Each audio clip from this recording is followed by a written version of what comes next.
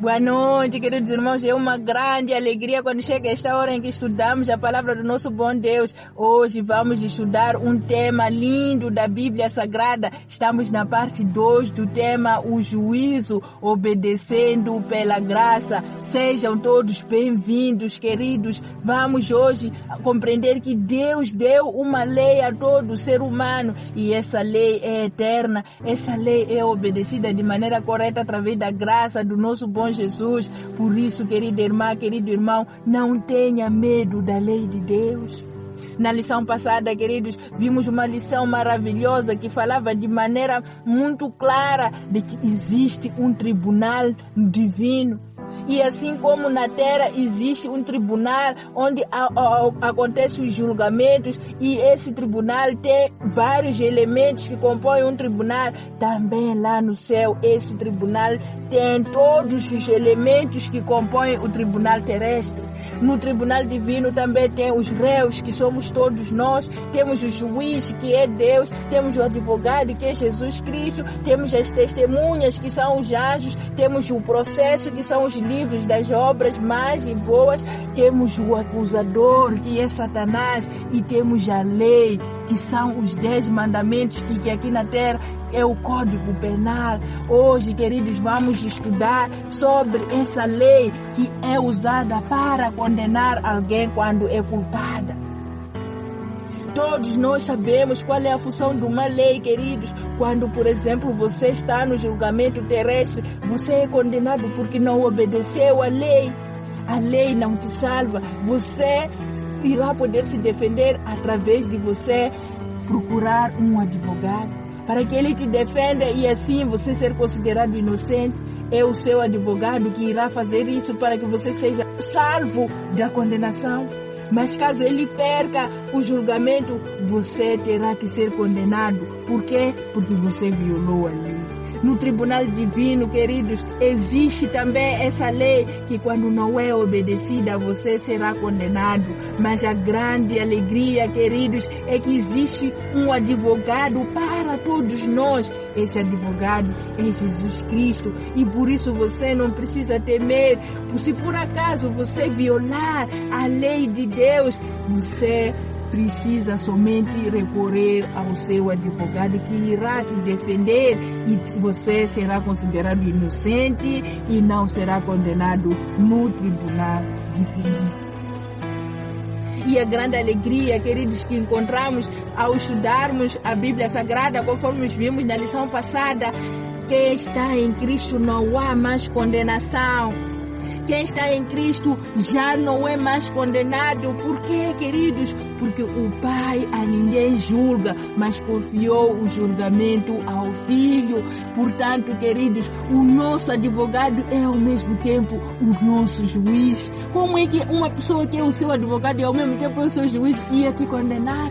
Não é possível. E por isso tudo que você precisa, querido irmão, querida irmã, é confiar em Jesus Cristo totalmente. Conte-lhe tudo que você tem feito que violou a lei de Deus, pois Ele nunca mais vai te condenar. Faça isso, não esconda. Quando alguém cometeu algo mesmo aqui na terra, se não fala tudo que o advogado quer saber, ele não tem como ser defendido. É por isso que você tem que falar tudo ao seu advogado para que ele possa conseguir te defender. E por isso convido você, irmão e irmã, a abrir o teu coração ao seu advogado para que ele não te condene, mas sim você seja considerado inocente no tribunal divino. E nós, queridos, queremos obedecer à lei porque amamos a Ele, amamos o nosso Deus, amamos o nosso advogado que não perde nenhuma causa. Mas que lei é essa para que possamos obedecê-la agora mesmo? Que lei é essa para que possamos obedecer por amor ao nosso Deus? Pois Ele não quer nos condenar, Ele quer nos salvar. E por isso o advogado está disponível para cada um de nós. Vamos hoje saber que lei é essa. Será que mesmo é eterna? Será que mesmo é uma lei específica a um certo povo? Ou é para todos nós? Vamos hoje descobrir tudo isso e por isso agora convido você a uma oração. Querido Pai, querido Deus que habita nos altos céus, louvado e exaltado seja teu nome. Entramos na tua presença nessa hora, Pai, para te pedir que o Senhor nos ilumine, Pai, ao entender esse estudo. Permita que o teu Santo Espírito esteja no coração de cada irmão aqui presente para que possamos todos compreender a verdade da sua lei, Pai. Precisamos saber se realmente a lei está em vigor ou foi abolida, Pai. Precisamos saber se precisamos mesmo obedecer essa lei ou o fato de o Senhor ter morrido por nós na cruz é suficiente para a nossa salvação. Ajuda-nos, Pai, a compreender esse tema tão discutido no meio cristão, mas, Pai, que a sua palavra revela a verdade dela, Pai. Seja feita a sua vontade, não a nossa. Esteja com cada irmão, cada irmã que neste momento nos acompanha, em nome de Jesus. Aqui está o número 1, dizia onde e por que foi escrita a lei. E a resposta nós íamos tirar em Êxodo 31, versículo 18. A resposta é que foi escrita em 2 tábuas de pedra e foi escrita pelo dedo do próprio Deus. A lei foi escrita pelo próprio Deus, mas por que Deus teve que se dar o trabalho de escrever pessoalmente, ao invés de inspirar alguém para escrever como fez com todo o resto da Bíblia, como já vimos nas lições passadas? Por que ele teve que escrever pessoalmente, ainda por cima, em tábuas de pedras? É isso que nós queremos compreender, queridos. A lei de Deus é para sempre, pois Deus não muda. Malaquias 3:6, é por isso que ele escreveu em tábuas de pedra. Nunca deveria mudar a lei de Deus, e além disso, era muito importante que todos soubessem que é algo muito importante, é algo que define a nossa salvação ou a nossa condenação. Por isso ele escreveu pessoalmente em tábuas de pedras.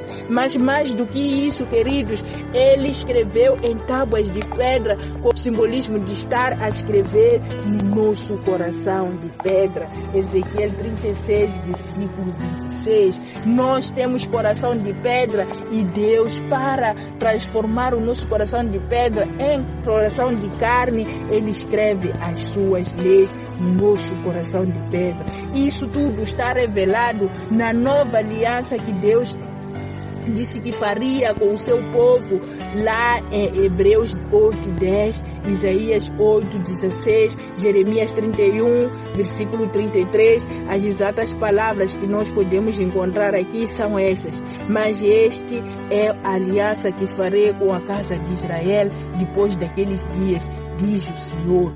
Porei a minha lei no seu interior e a escreverei no seu coração, e eu serei o seu Deus e eles serão o meu povo. Essa é a aliança que Deus disse que faria com o seu povo. Essa é a aliança que Deus garantiu que ele iria escrever no seu coração a sua lei. Hebreus 8:10 repete a mesma coisa que Deus prometeu em Jeremias 31:3. Isaías 8:16 deixa claro que a lei do Senhor serve de carimbo no nosso coração. Nós, como povo de Deus, temos que refletir a lei de Deus no nosso coração. Serve de carimbo para Deus. Nós somos identificados que somos filhos de Deus através da sua lei refletida em nós.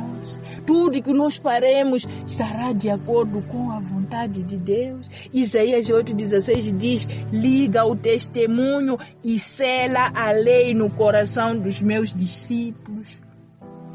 É por isso que Deus escreveu pessoalmente a lei. É por isso que não mandou ninguém, porque Ele mesmo quer colocar o seu carimbo em nós. Ele mesmo quer transmitir o seu caráter em nós.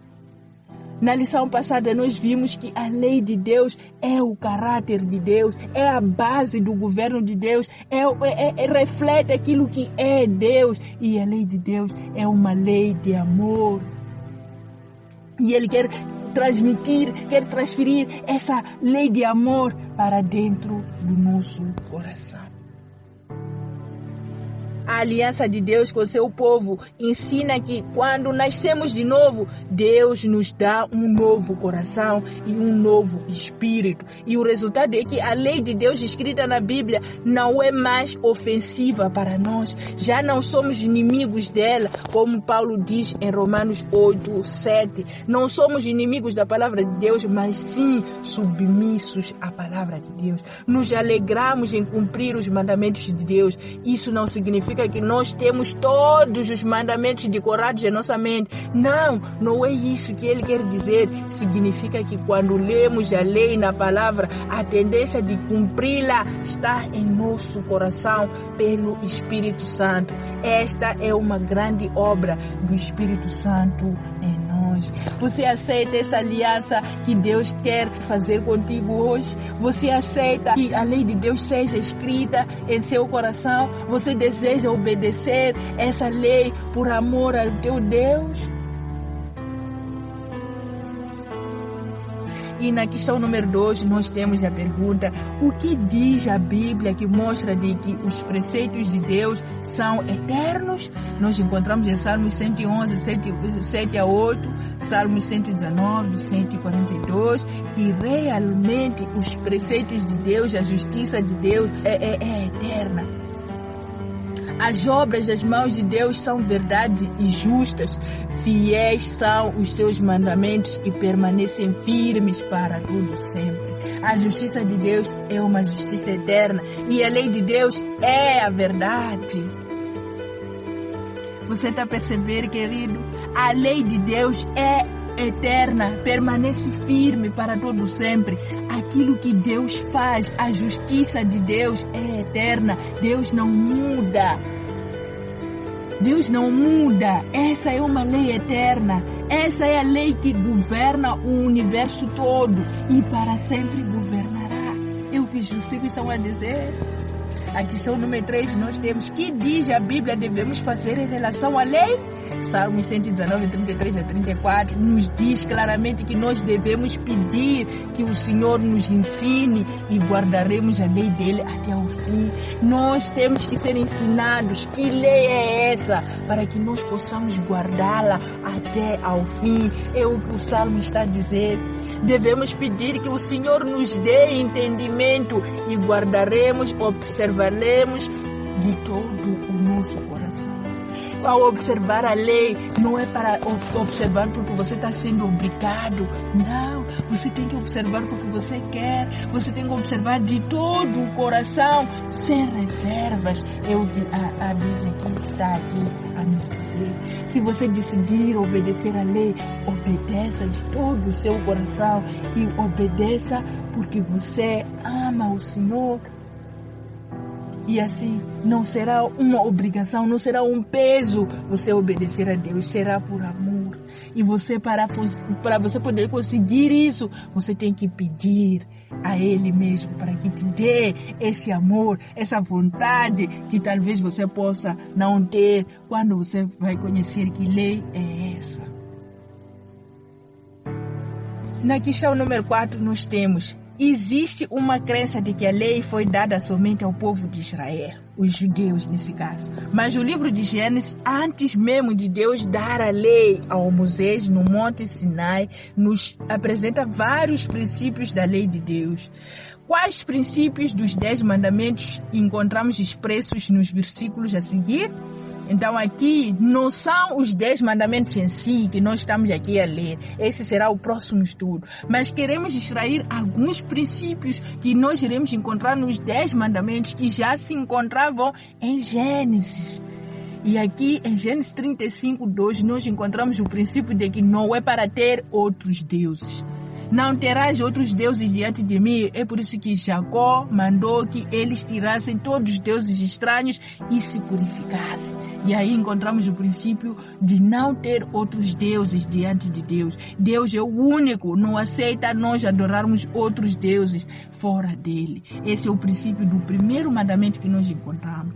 O segundo princípio que nós encontramos ainda em Gênesis, logo depois da criação, encontramos em Gênesis 2:2-3, aqui encontramos o princípio do quarto mandamento, que nós vamos encontrar no próximo estudo.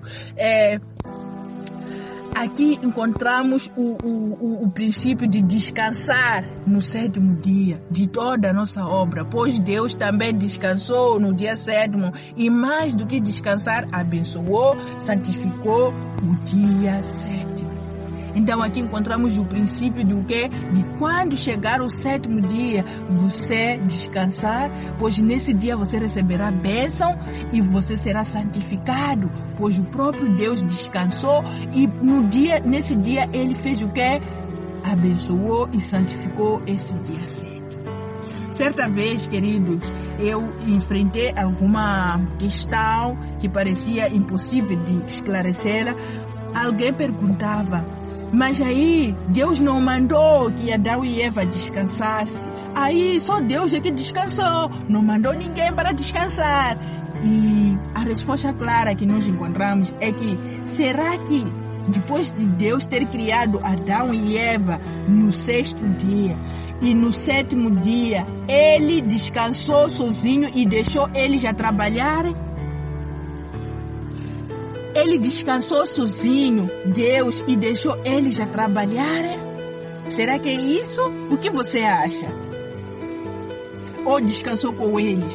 E mais do que isso, quando ele descansou, abençoou e santificou o dia 7º, essa bênção, essa santificação era para quem? Era para ele mesmo?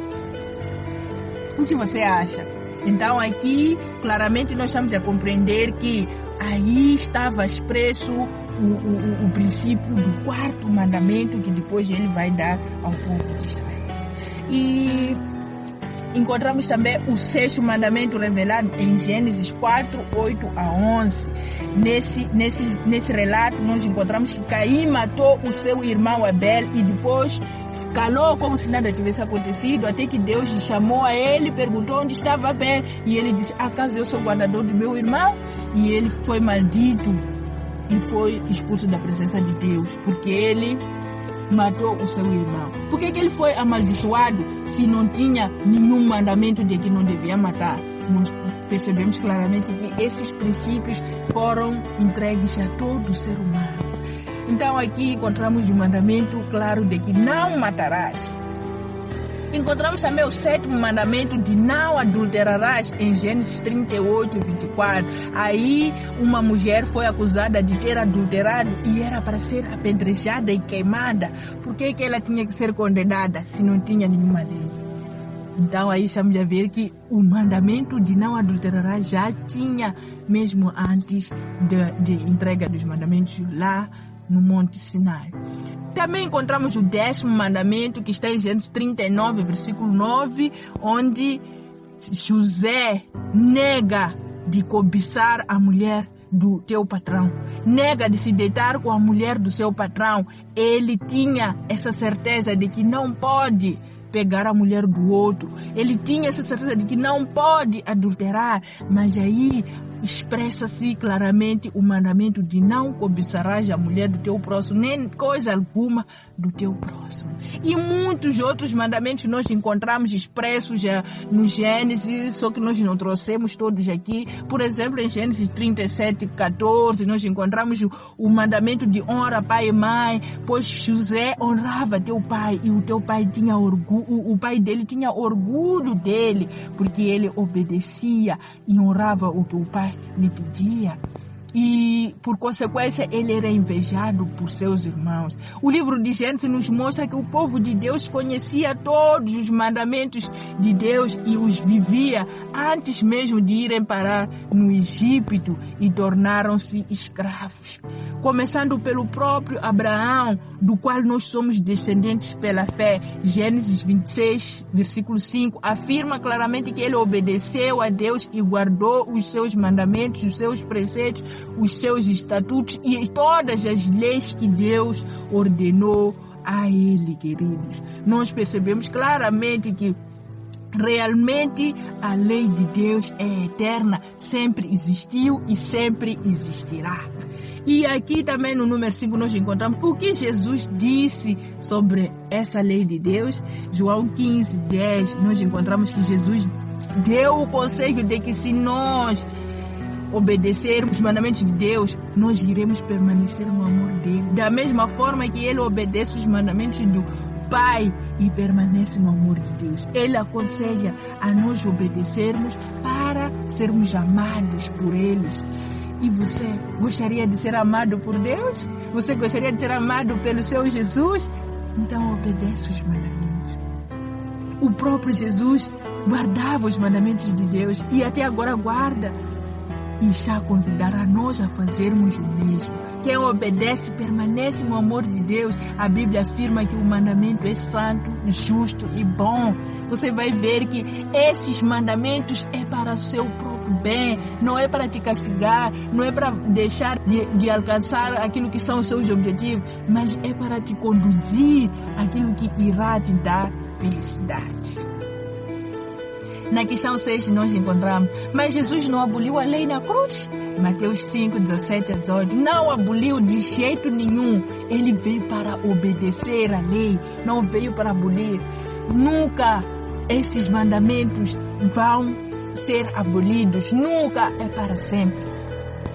Os mandamentos não foram abolidos, muito pelo contrário, Jesus ampliou a lei no Sermão do Monte. Ele ampliou a compreensão da lei no Sermão do Monte. Por exemplo, ele diz: matar não é só matar executando, mas só o fato de odiar você já matou.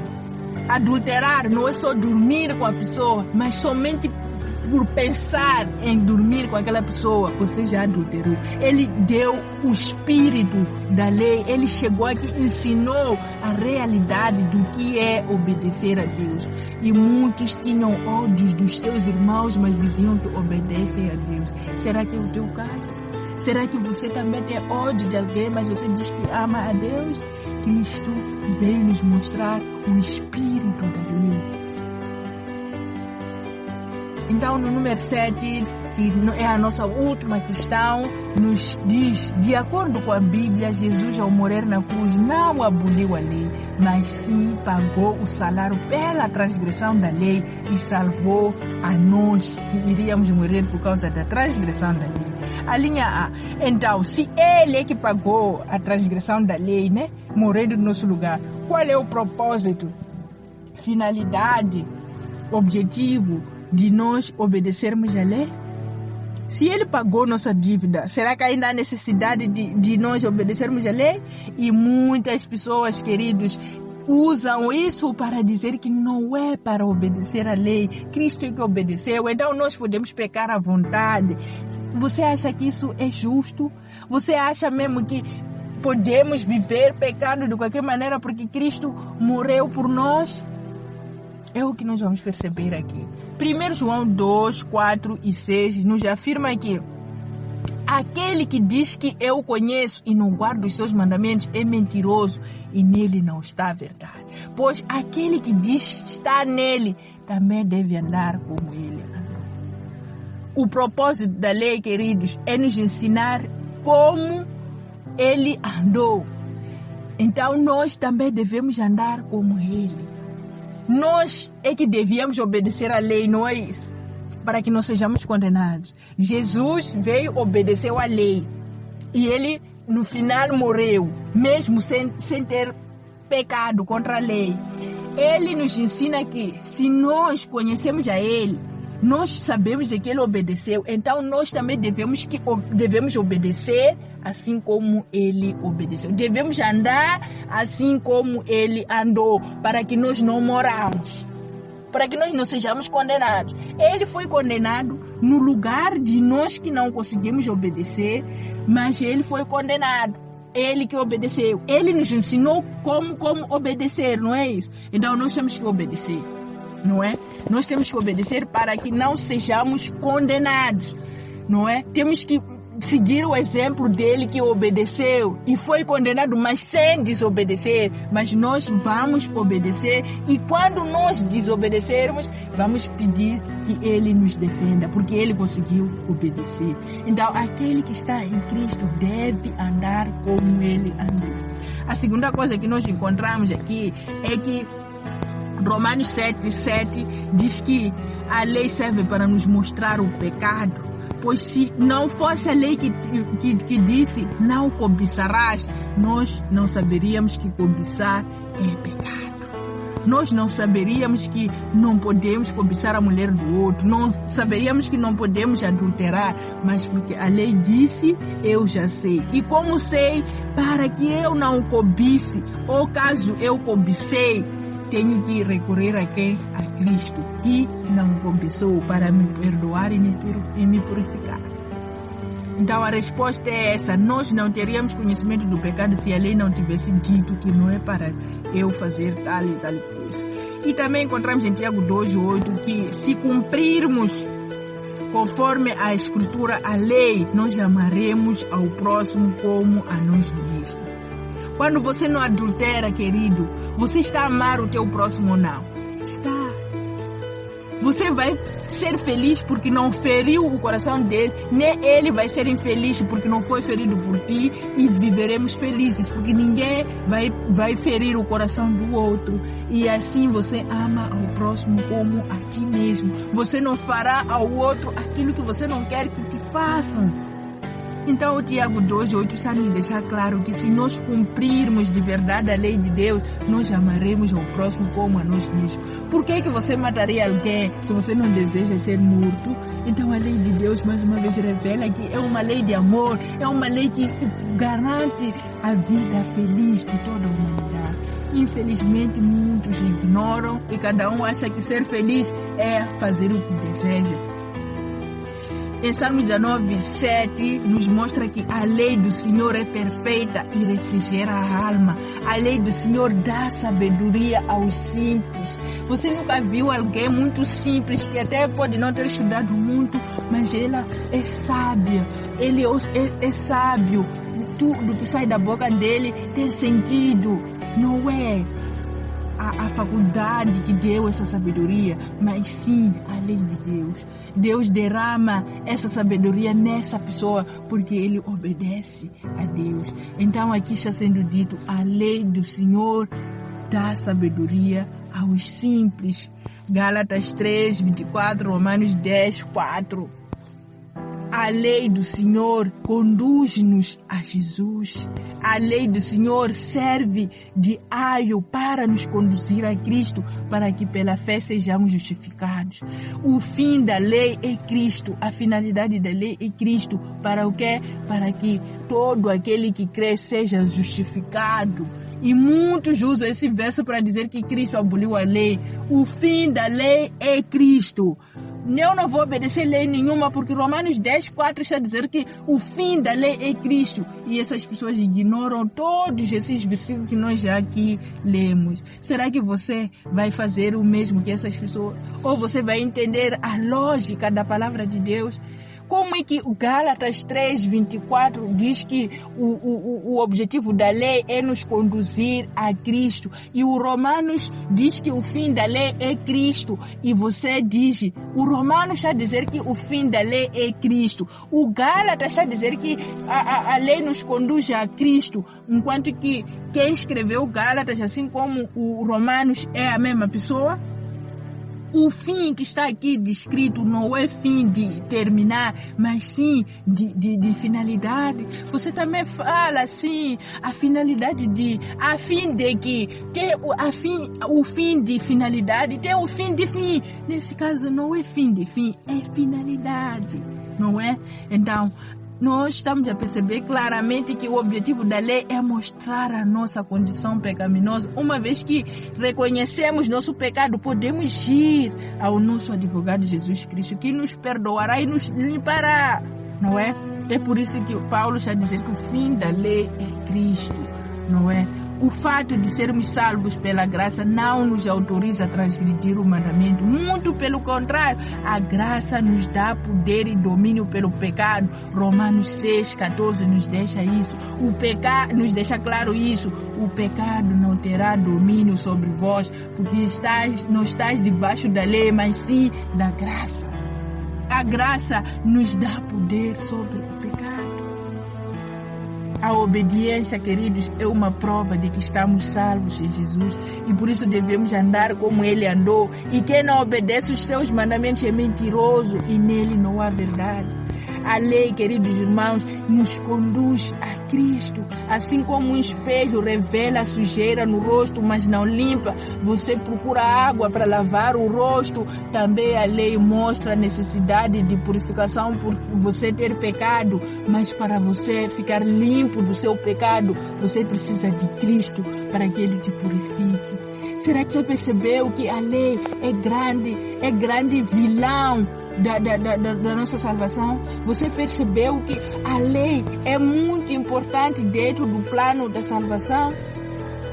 Se você percebeu, querido, louvado seja Deus pela sua vida e que você possa realmente começar desde já a pedir que Deus te dê poder de obedecer a sua lei. E chegamos ao fim do nosso estudo. Que Deus abençoe e que o teu Santo Espírito esteja contigo a continuando a te mostrar a verdade desse assunto. Em nome de Jesus. Amém.